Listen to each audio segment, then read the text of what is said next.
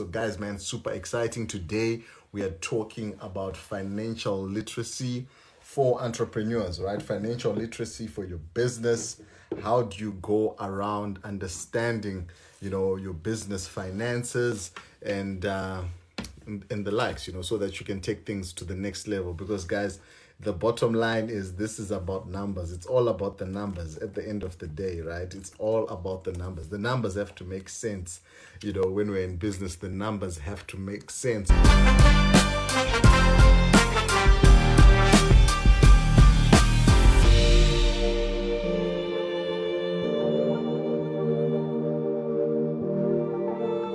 Thank you guys for joining. This is the Entrepreneurs Chat. We're a group of entrepreneurs meeting every weekday to discuss different aspects of business, different aspects of entrepreneurship and personal development so that we can inspire and empower each other. So we are joined by Mr. Tshilidzi of Vhuronga Holdings. So yes, man, I'm super excited about that discussion today. Mr. Tshilidzi, how are you this morning? I'm good. How are you, Mr. Henry? I'm super thanks, man. I'm super thanks. Man, thank you for joining us here. Ridibokile, thank you for joining. Good morning. Good morning. So awesome, man. Today we are talking about financial literacy for entrepreneurs. Where do we start, man? What is financial literacy? But before we go on, please introduce yourself, to the guys on the chat here. Okay, my name is Tshilidzi Mavhungu. I'm the chairperson of Tshilidzi Mavhungu Financial Literacy Foundation. This is a foundation that we started with the aim of teaching financial literacy to everyone, from children to entrepreneurs, because that is one lacking thing in the country. We see other countries like Namibia, Ghana, having financial literacy programs through their governments and different departments. I was watching one from the US yesterday. So financial literacy is something that is being taught everywhere. But in South Africa is not yet that advanced. You see different companies trying to do financial literacy as a program, maybe that they just do, but you don't see it as something that they go deep and try and expand. So we want to get into that space and work on that. I'm also a financial advisor, financial planner with one of the insurance companies in the country. I'm the CEO of Vhuronga Holdings, an accounting firm in South Africa, which is working with the different small business companies. So I'm doing a lot of things that has to do with finance, Henry, and that's what I do every day when I wake up in the morning until I sleep at night. Awesome. So awesome. So where do we start, man? Financial literacy. What does this even mean? And where do we start? Financial literacy, first of all, we need to understand that from the time you are born to the time you are an adult, you are being groomed to make money so that you can survive on your own. So when you are born, when you wake up in the morning and take your firstborn or your child, a small child, to crash, you want them to be taught so that they can learn, and then at the end of the day, they should be able to go out there and fend for themselves. But what are they fending for? They are looking for money out there. So financial literacy is more of something that you need to be able to survive.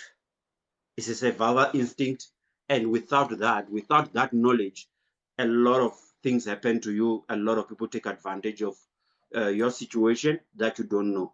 It's almost like when you don't know how to read and you are in a space where you are working with people who know how to read. They can tell you whatever they want to tell you, and you will believe them because that's what they're saying. It's written on the paper. So that's exactly what it's like. If you are not financially literate, that is how it's like. So a lot of mistakes that we're making as business people is based on the fact that we don't have basic financial literacy. So Wow, a lot of small businesses don't have that, wow, and man. that I is the think biggest challenge here. I think the word that came to me when I was asking that question and thinking about it is actually illiterate. You know, Yes, um, when people say illiterate, that's the opposite. But we always, yes, as you pointed out, we speak about being illiterate when it comes to reading. When it comes to writing, we say this person is illiterate, and yes, those are the basics. You can't do much mm, in life. You can't do much in terms of education when yes, you are illiterate. That's the first thing that you are taught. Be it in preschool, as you're saying, they start teaching you how to write, they start teaching you how to read, they start reading to you when you go to grade 0, you go to grade 1, and all these things. And yes, but we are never taught about money in that way of mm, being, for you to understand the money, yes, for you to actually understand, so that you can be literate in money. And it's quite interesting, man. It's quite interesting. yes.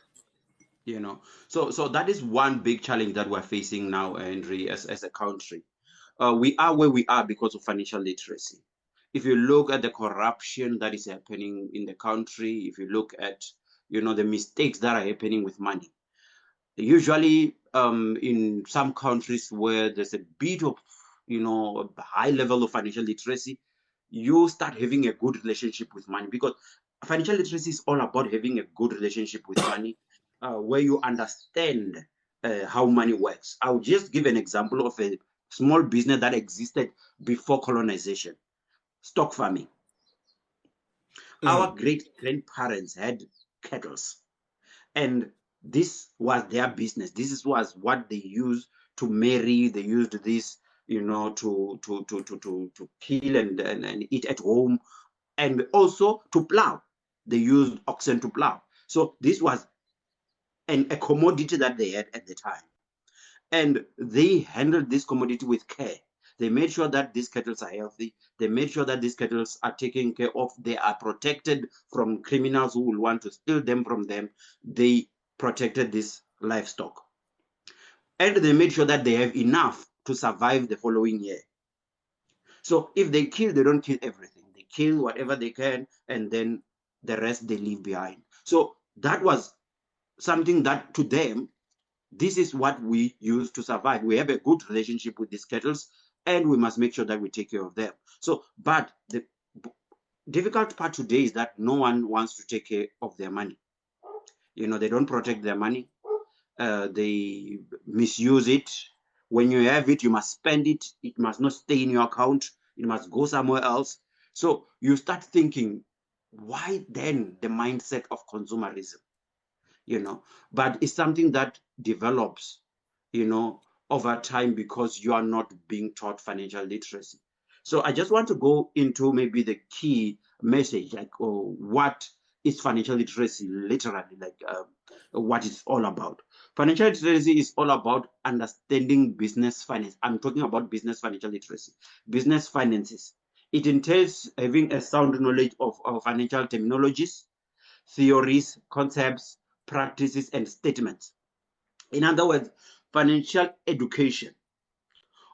All this helps you understand companies' finances and factors involved which affect your profitability.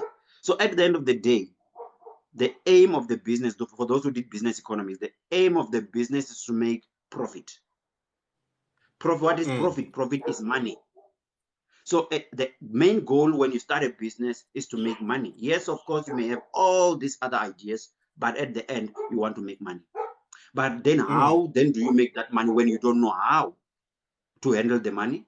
How you to protect the money, and how to make sure that this money flows in almost all the time. And that's what Henry talks about all the time: cash flow, all these things. And you need to understand the terminologies, the concepts, and the theories that has to do with business finance, so that you can be able to run a proper business. Wow. Awesome, man. I think that's a great foundation. And I like the word that you also used, going into this when you're saying, having a good relationship with money. I think that's the Yes. E. That's the kicker. Having a good relationship with money. How is your Very good relationship relationship with money. with money? That's very key. Mm. So as a business owner, I mean, I think you know um, personal financial literacy is even a thing, right? It's even a Yes. topic. Mm. Personal financial literacy. But anyway, that's a story for another day. Let's talk about the Yes. business. It's okay. We can talk Okay. about our Yeah. businesses, but I know we also have to do work when it comes to our personal financial literacy. And I like the analogy that you gave, with regards to our forefathers, pre-colonialization, the African economy that we had. I mean, it was simple. You'd see Mm. your cattle and you had to take care of your cattle, right? You had to take Mm. care of the means of production that you had. And seldom Yes. would you have people, and I always say this to some of my friends that, I think sometimes because these things they're talked about at a macro level, right? They're talked about at a macro level as if sometimes it's something Yes. that's good. That, oh, the Yes. country, and in Africa, that's where we love to do these things. Oh, we've got an IMF loan of 1 trillion rands. And it's like things to celebrate. But think about it. Who has ever celebrated getting a loan in your own house? Is it something that you can broadcast to people, on the radio, on social media, and say, my friend John borrowed me 10,000 because I couldn't make it this month? I mean, no one does that. You know what I'm trying to say? But why do we think it's okay to have national pride around loans? Why do we think this is fine? You know, I don't know. What are your thoughts on this? Some might argue it's but I don't even think these loans are going for it's capital for projects. And I mean, we don't see it. I mean, we've been borrowing forever. We've been in debt forever. But we don't. Why do we celebrate it on a national level? But we these things we don't celebrate in our own homes. Mr. Henry, Mr. Henry, financial literacy, my friend. Financial literacy. Let me tell you one thing. When you borrow money from someone, you have borrowed or you have bought money that you were supposed to use in the future. You are buying money. So there is a business of selling money out there where you can go and say, you know what, let me buy the money that I was supposed to use in the next 10 years. And I will buy it and use it today. Mm. And I will pay a certain amount for me to buy that money. Who benefits out of that? The main beneficiary of that is the one who gave you the money, not you, the one who borrowed the money. Where does that money come from?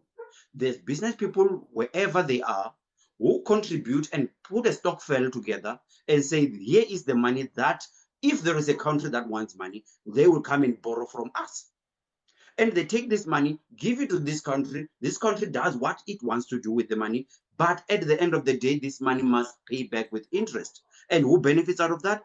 Those groups of people who have invested in that country. Does that country benefit? Yes, they do benefit if they use the money correctly.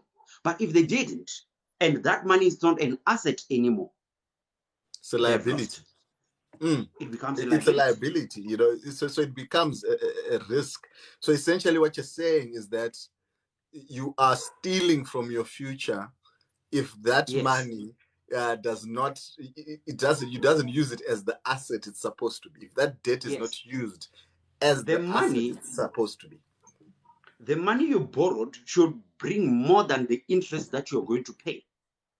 Mm. It must profit you in such a way that you will be making more than the interest that you paid.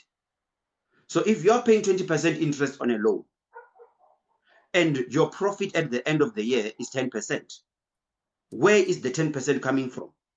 The 10% is coming from your pocket now. because you are supposed to be making around 30% interest, sorry, profit, so that you can be able to take out the 20% that is supposed to go to this guy who borrowed you money. So they must work twice as hard so that they can recover that and then be able to pay back. So it can be a very, very, very big problem. And it's not something that we need to celebrate. We need to celebrate productivity. We have produced so much and our people are able to eat. In this stage, we have to be producing. And that's exactly how the economy was before, not now, where everything is about debt. Not to say debt is bad. If you are using it correctly, it is fine. But the Mm. minute you use that incorrectly, it's a problem. And that applies to our small business owners, where you think that from day one, you're going to start running a business through credit. Mm. I mean, And you that's have never the run a question business that you before. hear, Mr. Tshilidzi, right? That's the question that you hear is everyone. It's all about funding. You know, for Yes, most people, it's the first thing. It's about yes, funding. Where do I true. get funding? Where do I get Mm, funding? And I mm, think sometimes we put funding in front of skills, right? yes, People want to know about funding. They think the key is in the funding. mm, However, the key is more of in the entrepreneur skills themselves, right? yes, Do you have business skills yourself? Do you have mm, selling skills? Do you mm, have leadership skills? Do you have administration skills? Do you have yes, relationship skills? You know, yes, which some people will say that you actually don't need money to start a business. You need mm, skills, you know, for you mm, to be able to start a business. That's exactly. what you need, right? You need to be Yes, able to add some sort of value that actually is translated, you know, into a monetary, you know, your benefit. You know, yes, that's what it is. So yes, which when you hear people saying that, you know, and you know, sometimes it's a misnomer, right? Where you hear people saying that, I never want, and we've been here, all of us, you know, or I speak mm, for myself, you know, I don't want to work for someone. I just want to mm, to run my own business. But the question is, where did you learn the skills to run your own true. business? Where did you learn the Yes, skills? You know, did you yes, go and work in a company and go into their sales department and learn that, oh, okay, this is how sales work? Did you go into their admin department and say, mm, okay, this is mm, how you organize business, HR, this is how HR, you know, organizes, you know, people and all these things, mm, right? Did you mm, end up in mm, boardrooms to even yes, understand how business mm, decisions are actually made? mm, So people want to put funds ahead, but it's not about yes, funds or yes, just getting very the true. next loan. Exactly. So when you look at small business financial literacy, there are four main points. Point number one, you have to understand keep how to keep records of your transactions. How then do I keep records of my transactions? Because accountability in business is the key. You need to know what is coming out and what is going into your business, and you need to have a record of that because that will be needed in the future. So whether you're buying petrol or you're pouring petrol on your car, whether you're buying stationery for the business or stock or whatever, every single document you have, you must record it and keep it somewhere. It must be kept. If you have to have a box somewhere, do that. If you have to have somewhere where you scan these documents and put them on or send them to somebody, do that. Or if you need to have an accountant to do that for you, do that. But you need to keep records of every single thing. Why do you keep records? They help you understand 1 month to the next, because if you did something this month and it didn't work, you go back and look at your records and say, okay, this is how I did it, and then what can I improve from there?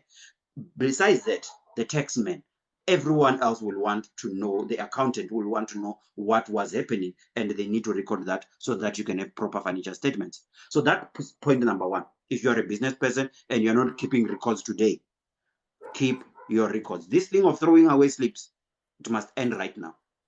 You don't throw any slip away. The business slips are not thrown away. You keep them. There may be a SARS audit on your firm, and you don't want to be found wanting. because you will never argue without any proof. So you need proof for everything. Your bank statements must be kept safe. Those bank statements that you receive every month emailed to you, don't delete those emails. Take those statements and save them somewhere. If you can, print them and put them in a box or somewhere so that you can have a record. You need that record. That's the first thing. No, But the that's so true, second, man. Yeah. yes, No, no, yes, I the was just saying second, that's so true. I was just yes, saying you before can, you you can, go yes. on. I was just saying that's so true. I think record keeping is important, in terms of accountability. It's very important. That habit and discipline of recording. That's the only way, as you are saying, you're going to get better. Someone said whatever is not measured cannot get done, it cannot be accomplished, it cannot be improved because you Yes. don't measure things. So it's Mm. important, even if you're honest with yourself, to say that, yeah, we took out 20,000 rands and this one we Mm. blew it. It's better. Mm. You write it Mm. down, and I blew this one, Yes. I blew it. So that Yes. next week or next month, Mm. you don't make Mm. the same. You think about it. Yes, you can Exactly. do it again, Exactly. but you Exactly. begin to think about it in your own. Once you start writing, and that's what I say, once you start writing things down, you Yes. begin to think about it yourself, to say, but man, was this necessary? But the point Yes. is, when you bury your head in the sand and think Mm. things are going to get And better, things yes, will and the never get tendencies you better. don't see. It, Mm. and I see, yes, some guys commenting on the chat here. Mm. Uh, you know,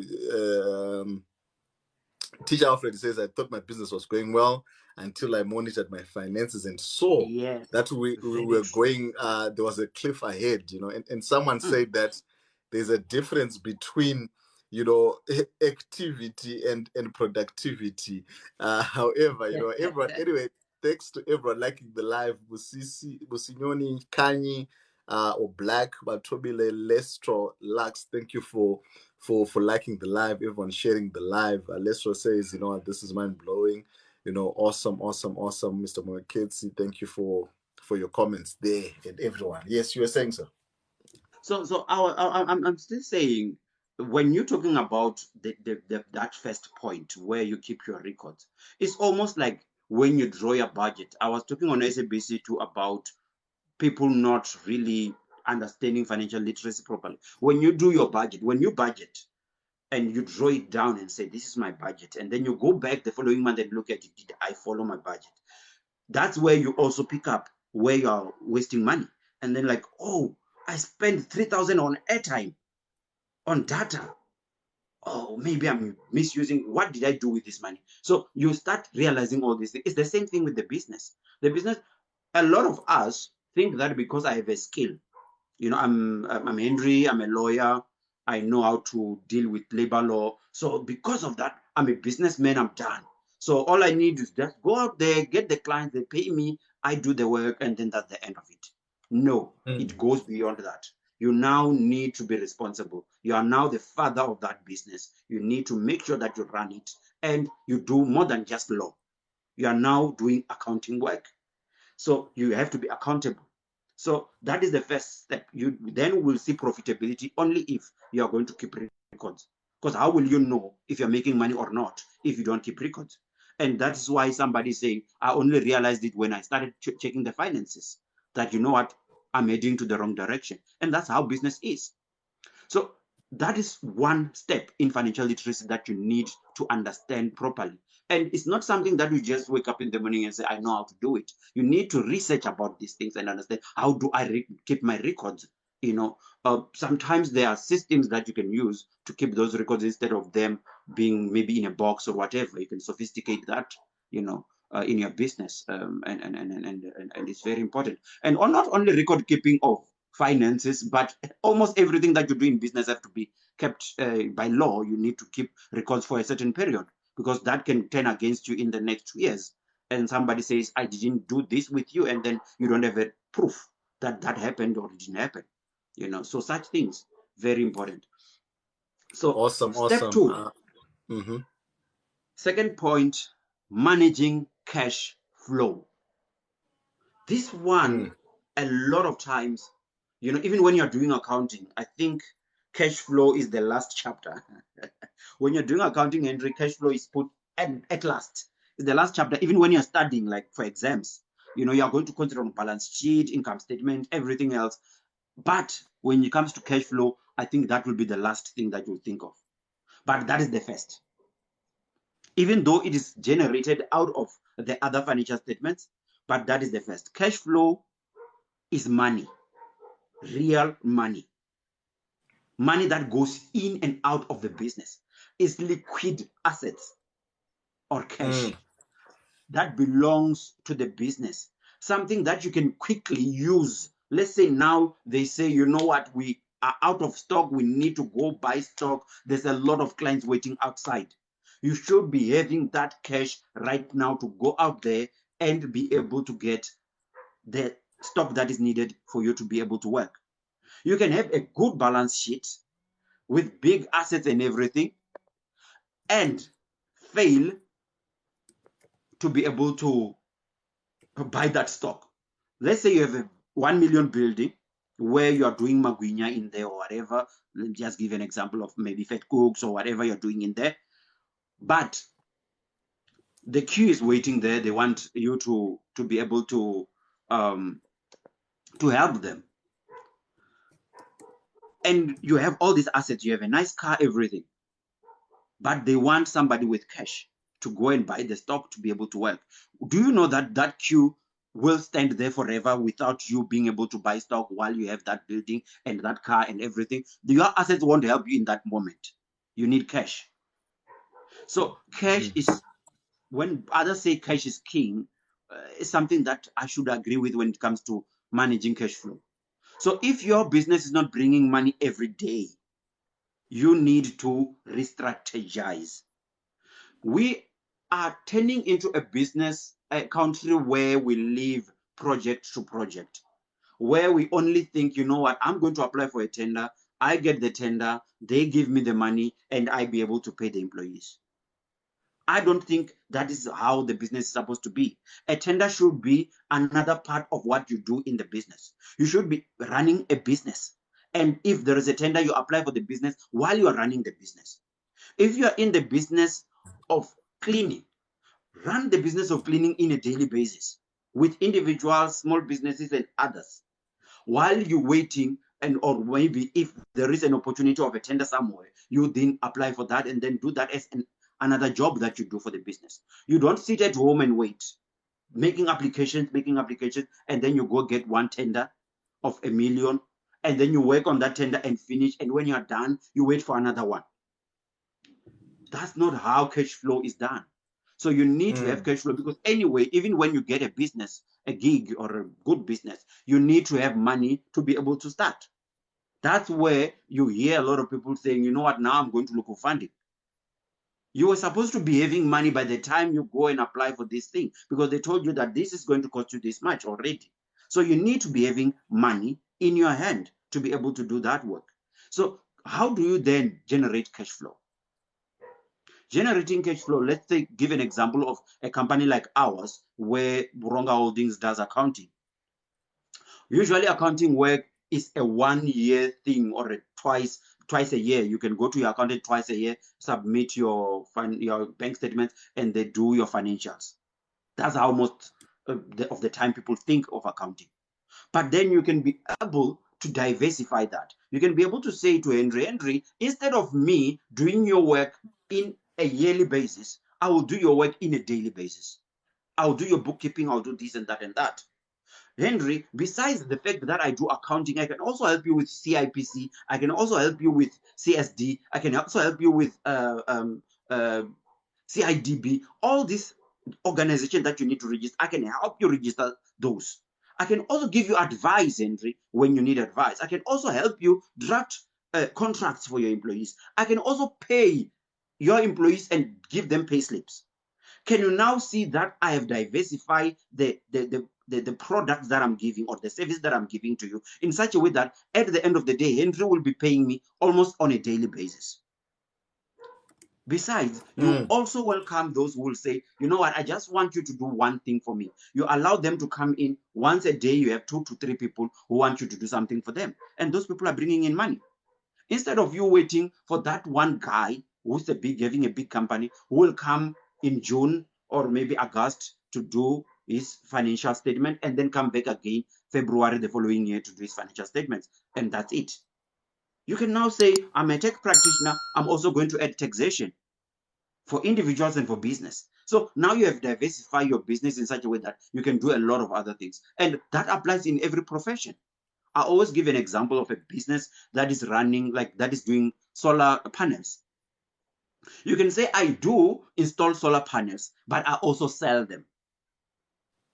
Wow. You know, I stock solar panels and sell to the other guys who want to install solar panels. To business, I'm also dealing with individuals at the same time. So that is how you work. In the business that I'm in, I can also say to you, Henry, yes, I know that you are an accountant, but you're not a tax practitioner. I will provide tax services to your clients. That is an extra activity that I can do with Henry. You know, you have a service level agreement and then you work. You see, so that is how you start to diversify your business so that your cash flow can start moving. And the Wow. challenge is that we stuck to one thing and we tell ourselves, this is what I do, and I'm going to do only this and nothing else. And that Wow. becomes a challenge. Wow, man, this is very key what you're saying, man. It's very key what you're saying. Mr. Moeketsi, thank you for liking the live. Kula, thank you for sharing. Kanye, thank you for sharing as well. Diale, thank you for the likes. Lovukas, thank you for the likes. Teacher Alfred, guys, I know some of you don't know how to like the live. Just tap on your screens as many times as you can, as many times as you want. TikTok doesn't stop you. Just helps other people see the live as well. Hile, thank you for the likes and the gifts as well. Chami, thank you for the gifts as well. So awesome, man. I like what you're saying, man. Cash flow, cash is king. You know, cash is what is going to give you flexibility in your business. Because to be honest with you, even when you talk about your assets, you know, it's one thing, and people do this a lot, right? I mean, we value, you can value even the assets that you have in Yes. terms of, you know, even the market value. But the honest truth is, it's only the value that you truly have is the value whereby if you say this thing is up for sale today, someone is actually willing to pay cash for Yes. it, right? Yes. That's the true value of your assets. Mm. So someone might Mm. say to me, oh, your car is actually worth X amount, but if I Yes. go today and I put it on Gumtree and people are willing to offer me 200,000 rands less, that's the true value, to be honest Mm. with you, in terms of what's on the Mm. market at that time. That's if let's say there's an emergency, right, and I need to do something, there's an emergency, and you know what, I need to do this. This is something which is my life depends on, and they Mm. say we'll give you 200,000 less. That's the true value of the car Mm. at the time. You know, it's what people are Yes. actually willing to pay. So that's why you see that, as you're saying, that cash is king. And really Yes. the issue that you're talking about in terms of diversity, and I think these days there are so many options when we are talking about diversity, in the sense that, you know, there are also issues such as, you know, consulting, right? Yes. Sharing Yes. knowledge. Mm. You know, people have diversified their businesses in that way, that they are actually now teaching. Education is a great way to make money. If you actually tie that to your business, you can actually start coaching others to actually do what you do. You know, there's a market for Yes. that. You know, you've seen Yes. these days with YouTube and the likes. You know, there are some big YouTube channels that I follow, whether it's guys farming in Uganda. These guys, they now have, you know, they've got consultancy services as well, you know, where people want to consult. I mean, you have Lawrence, who does take a lot. He's got consultancy services, got master classes as well, and all these things. So you see that now there's a lot more that we can do in terms of what you're saying, like cash flow. It's like on a farm, right? When you talk about farming, one, that's why you've got your big livestock, for example. You do your crop farming. You know, that's once a year. If I'm gonna plant, if I'm in the business of soya, it's once a year, right? Or sunflowers, right? If I'm gonna do cattle, it's once a year when I offload them. However, that's where I now have to look into things like doing chickens or piggery. Broiler chickens, for example, I know that that's going to be, um, you know, 6 weeks. They're gonna go to market, and I'm gonna make some cash. if I set up a dairy farm, if those cows, it's once a year to offload. But if I now do a boost and I now expand into a dairy farm, I'm going to be selling the milk every day. If I'm going to plant vegetables, I'm going to be doing that every day. So I think we really need to think around this. But these are things that have always been done, Mr. Tshilidzi. Sometimes Yeah. because of modernization, and we have complicated these things in our We minds. have complicated everything. It's simple, just simple math, but we have complicated it. And then when you think business, you think a lot of other things besides the basics. So here we are just telling you the basics. So why then do you need cash flow? Cash flow makes it possible for you to pay your creditors in time. If you or your vendors in time, if you have guys who are supplying you with stuff, you are able to pay them. If you promise them you're going to pay them, you pay them. And the reason why I talk about cash flow a lot is that a lot of businesses that are here today are owed thousands and thousands of money by other businesses and other customers that they have.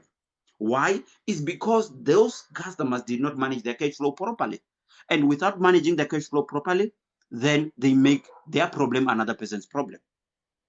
So managing Mm, cash flow is very important because you are able to pay people in time, and also collecting in time, because you need to also be able to collect in time, because a lot of times we don't have strategies and means of collecting money in time. And Henry talked about it some time ago, about people asking for deposits and stuff like that.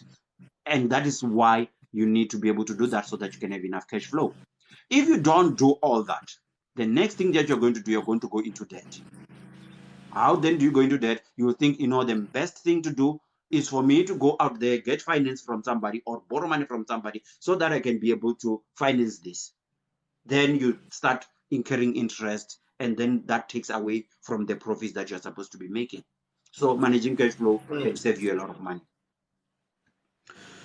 mm. Yes. So the third Wow, I point, mean, and these things are important, right? And I think this is yes, this is one thing that we always say, even for us.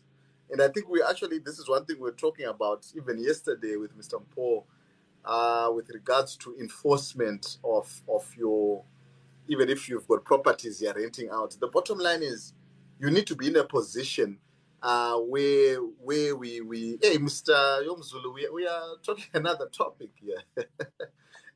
Man. We need to you know ensure that we can actually you know enforce payments. If you can't enforce payments, then things are not good for you, right? You can sell as much as possible, and this is where I always, there are people who always tell you that they're doing this business of where you ask them, they'll say, no, I was doing this business, I was selling clothes, I was selling weaves. So what happened? No, mm, people were not paying me. So yes, so your business would die because of that, because yes, either because you don't have a good relationship with money, you are giving your services for free, you don't ask for any deposit, you are giving.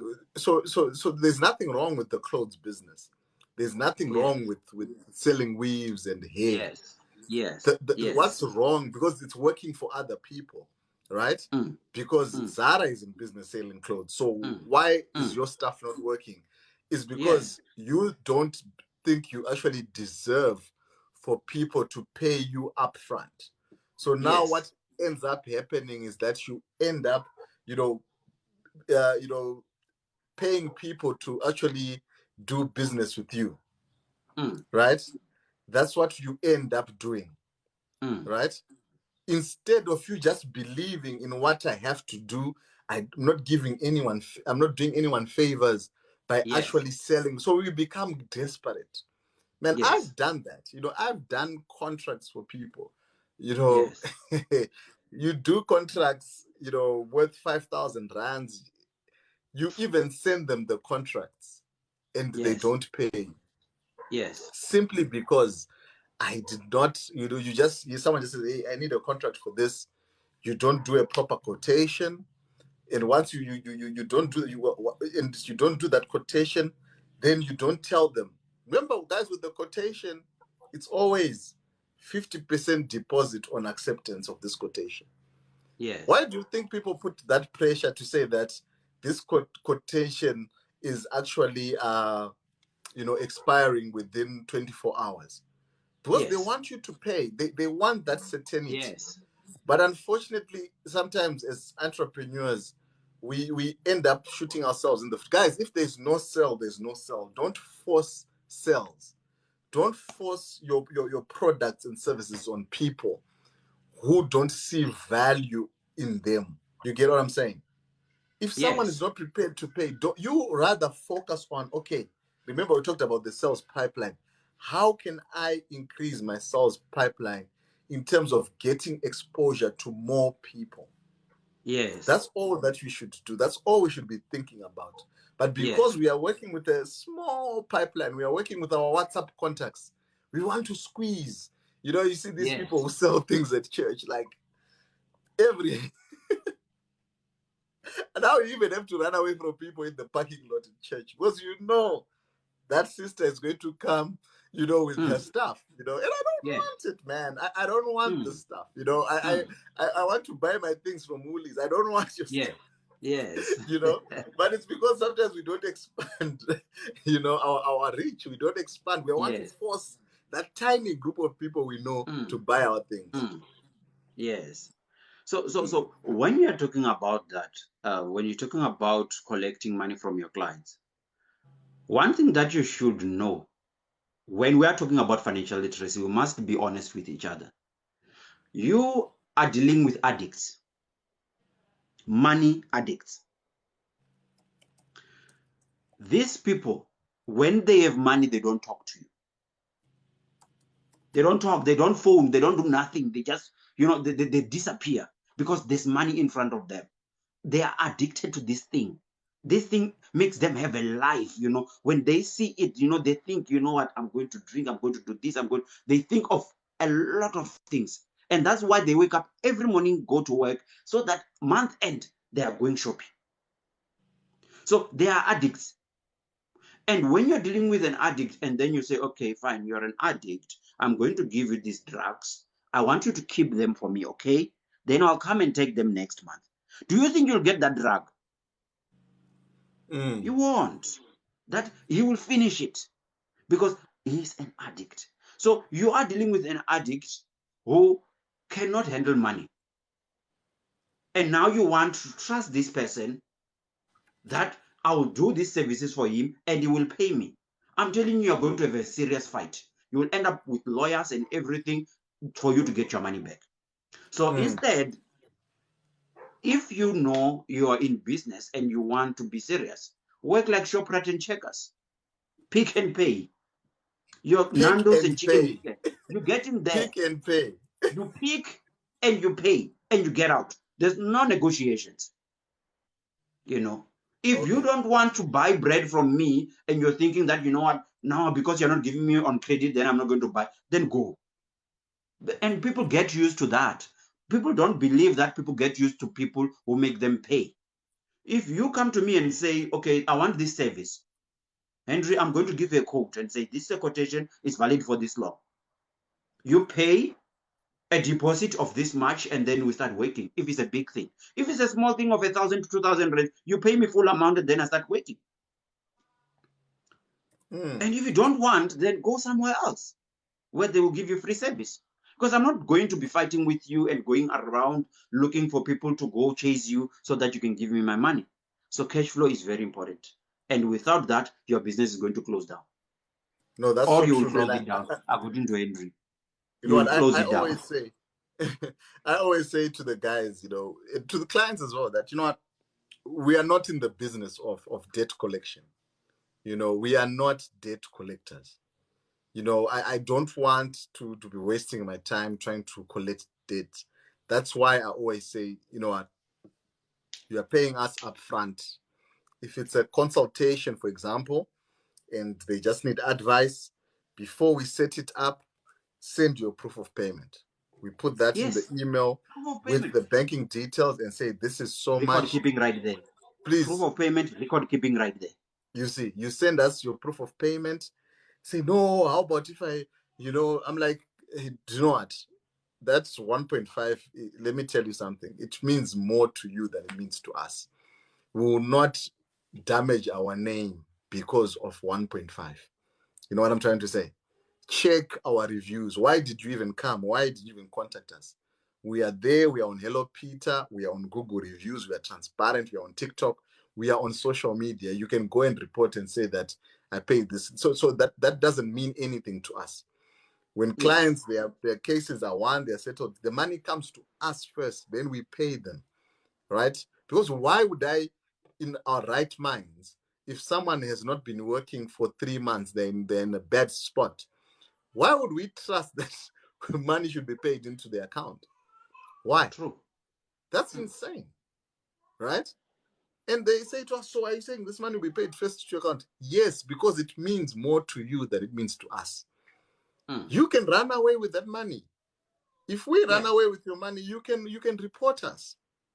How do I know where you stay? Like okay, you've given us your whatever, your proof of address. How about if you move the next day? We've been in business for 7 years. Our track record is there. So I'm not going to compromise in terms of that. I'm not. Know If your you worth. don't like it, go somewhere else. If you Know don't like your it, go worth. somewhere else. Let's not be desperate. Now we are, as Fiona is saying, now we are debt collector. I have to have a separate department for debt collection. People will be wasting airtime following up on people. We have to get other attorneys involved. For what? Right? So you always need to know that.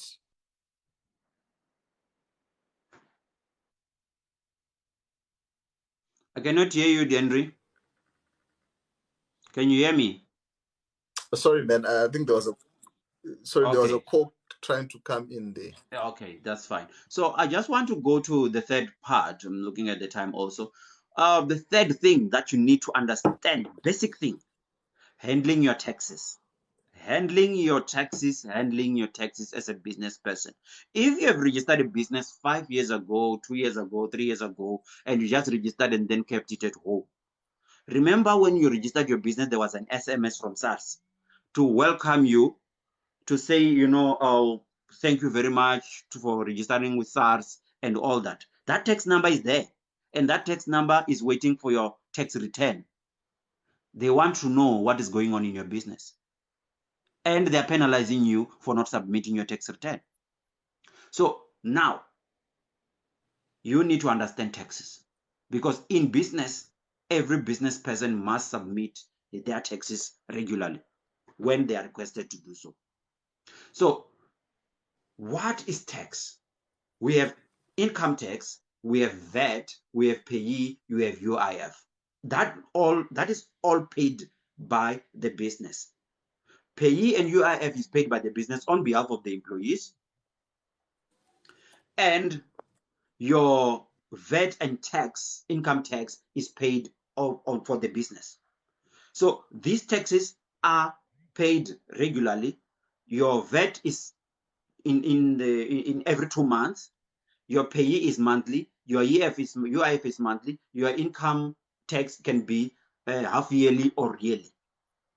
So you have to pay these taxes. But then the question that, or the problem that we have as business people, when the money comes into your business, you look at it as your money, because you are going to say, okay, fine, I bought this as this example, a computer that I'm selling. I bought it for 1,000 rands. I sold it for 2,000 rands, which means my profit is 1,000 rands. No. What about tax? What about VAT? What about all these other taxes that are involved? So you need to know how much tax you're supposed to pay. We have systems in accounting that are sophisticated. They can calculate that for you, so that they can tell you, this is your taxes, this is this is your taxes, put them aside. This is your VAT, put it aside. And when you pay your employees also, on the pay slip, If a person is working for you regularly, this person should be registered with UIF, and they must also have payee. You see an advert on TV where they are talking to a guy who's fixing your roof and your helper to say, you guys are supposed to be registered for UIF. In case something happens, then you are able to claim. So every employee is supposed to be registered with UIF and also with SARS, because obviously for them to collect UIF, you need to be also registered with SARS. When they collect payee, they also collect UIF. So that's why it's important to have a payroll system where you do pay slips, so that your employees can be able to have the same rights that you have, where they can go to the shops and get credit, where they can go to the bank and get credit also with their own pay slip. But doing this, obviously, you'll need maybe an accountant. You can contact Vhuronga Holdings. You can talk to Henry. He will refer you to the right people. The other important thing that when it comes to tax that people need to understand, they must understand the benefit of depreciation. If you are in a business of, for example, delivering stuff, you use a buggy. Don't buy a buggy under your name. Buy the buggy under the business name, because that buggy belongs to the business and that buggy will depreciate. On your first year, you'll be allowed to take out 40% of the depreciation and then 20%, I think, in the following 3 years. So which means by year one of buying the buggy, you are able to claim back 40% of the amount that the value of the buggy, the cost of the buggy, sorry, from SARS, to say, look, I bought this buggy for 200,000 and 40% of 200,000 is this much. So I'm going to minus this as an expense in my business, because the buggy is losing value. That means 40% of 200,000 is a lot of money to be minused so that you can reduce your tax. And that is one thing that you need to do. But if you are not having those assets under your business, you cannot come and say, I use this for business, then now because of that, I want to take out depreciation on the business side. So that's one thing. Donations to certain charitable organizations, like you have charitable organizations that you can donate to. That's 10% taxable income. You can do a maximum of up to 10% taxable income on donations. So that can also save you money on when it comes to taxes. So I'm not going to dwell much into that. It's a topic on its own, but I just want you to have this understanding that there's taxes to be paid, and you need to be prepared for that. Don't be surprised at the end of the year and say, Mara, I'm owing SARS 20,000 rands. You have to have known this on month one, that this is how much I'm owing SARS and this is how much I'm supposed to pay, and put it aside. So, you know what? I think, as you're saying, I think our time it's fast spent here. I don't think we are going to be able to finish everything here. We can probably work on finishing it on Friday. That's fine. We can work and finish it on Friday with regards to this. But I see, obviously, we have said a lot, but I think one important question is, and there's still a lot more, is just with regards to, sometimes as entrepreneurs, we have got just issues with regards to, okay, we think that things are expensive, to get help is expensive, to do this is expensive. When do I know, like, when I can get help, or is how much is it for help? You talked about things such as bookkeeping, and all these things, and really, for us as entrepreneurs, really, we want to get, the ball going. That's what we want. We want to get the ball going. So sometimes it's really, for me, I do suck at administration. To be honest, like, I'm a starter of things. I can start things. I like marketing. I like things, But now when you now talk about filing and all these things, that's not me, man. So tell us, what's the help out there, and how much does it cost? To be honest. Look, I will maybe give you an example of our company, Vhuronga Holdings, which is doing accounting work. The thing is, first of all, maybe just to tell you something, Henry, entrepreneurs are creatives most of the time. And people who are very creative do not finish what they start. They are more right brain. Their mindset is right brain. Their right brain is very strong. They can imagine things and create things. They're creators. So when they have created, they need somebody who is a left brain to be able to take that dream to the next level. Because the right brain will take instructions. And when they stuck to something, they go and finish it. And they are to the core. So you let those ones who want to do that to sit behind the desk and do the dirty work while you are being creative out there. So that's how your business is going to be successful. Doing it alone sometimes may be a problem. We are sitting here as entrepreneurs, we are talking about all these things. There must be somebody behind closed doors who's doing the paperwork, everything else, and all that. So you need to have something like that. So, but when it comes to how much can one spend on when it comes to these finance things, because you are not going to know everything. It can range depending on the load work that is done. Vhuronga Holdings can charge you around 6,000 rands for small businesses per month. It can go down to around 1.2 depending on the size of the business and what is happening. It's something that you can look at and then say, I don't want this, I don't want that, I want this to be reduced to this and that. It's something that is looked at from business to business depending on the load of work. But what are the key areas the key areas that are looked at, like things that, like the books that have to be in order, for every entrepreneur? Obviously for you to file your taxes, for you to do this. I know the annual returns at CIPC. So what are the key ones that you have to have in place? That was point 4. You need to have your financial statement. That is point 4. You need to have your financial statement in order. Your income statement, sorry, your balance sheet and your cash flow. Those ones are the ones that they will be needed most for you to be able to file your taxes. But besides that, these are done. It's something that is built over the year through bookkeeping. So you can do it through bookkeeping, or you can just do it manually at the end of the year. So you need those basic things to be able to file your tax return. But to file your tax return, you might also need a tax practitioner, because you are going to be dealing with a tax expert at SARS, and you are not a tax expert. So then for you to be able to negotiate in the same level, you may need a tax practitioner. So Vhuronga Holdings will offer you a tax practitioner and an accountant and a bookkeeper to be able to do all that. So you also need to sort of have a payroll system of some sort, because obviously when the money goes straight to payroll, the question with SARS is, where is the payee for the people that you paid salaries to? How did you employ these people? Are they permanent, temporary, what? So if they audit you, they might ask for payee, and they will tell you that you're owing them that.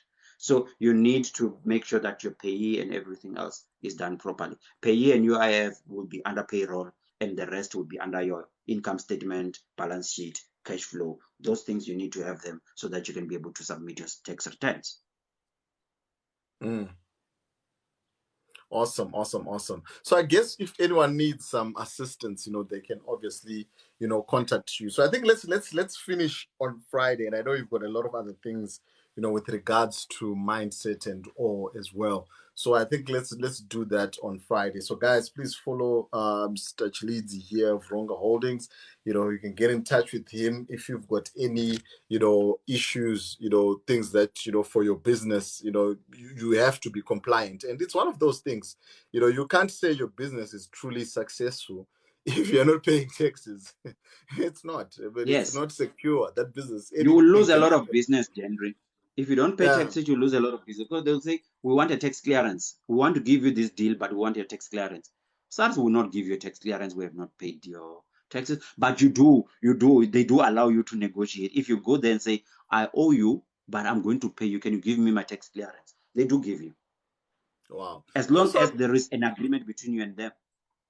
So I think we do need to sort out these basics, right? To make sure that these Yes. basics are happening.